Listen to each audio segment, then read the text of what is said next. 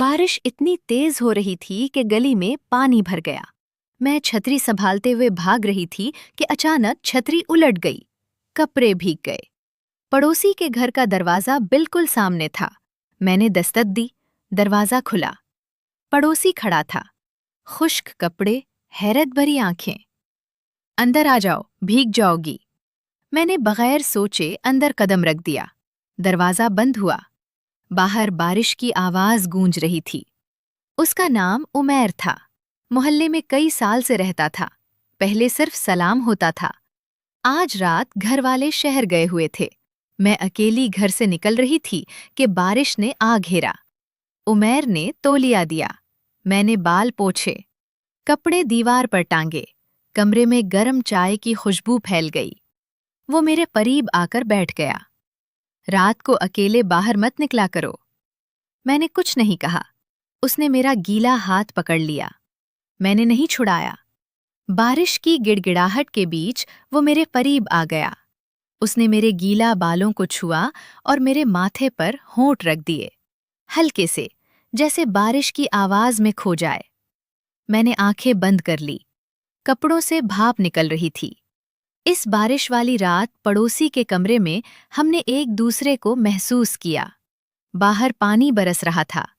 अंदर जिस्म की गर्मी फैल रही थी। सांस तेज चलने लगी। हमने एक दूसरे को तूफान की रात में कबूल कर लिया।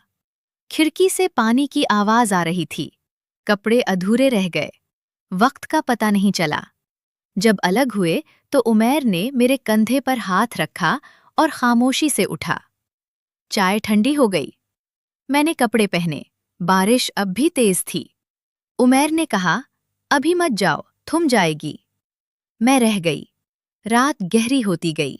हमने फिर करीब आकर एक दूसरे को महसूस किया। इस बार शिद्दत ज्यादा थी। बारिश की गिड़गिड़ाहट और हमारी सांसों का मेलात एक साथ चल रहा था। सुबह जब आंख खुली तो बारिश रुक चुकी थी। मैंने कपड़े संभाले और दरवाजे की तरफ बढ़ी। उमैर ने कुछ नहीं कहा, बस सर हिलाया। मैं गली में निकली। पानी कीचड़ बन चुका था। घर पहुंचकर मैंने गीला कपड़ा तब्दील किया और बिस्तर पर लेट गई। उसके बाद कई दिन गुजरे। हमने दरवाजे पर सिर्फ सलाम किया।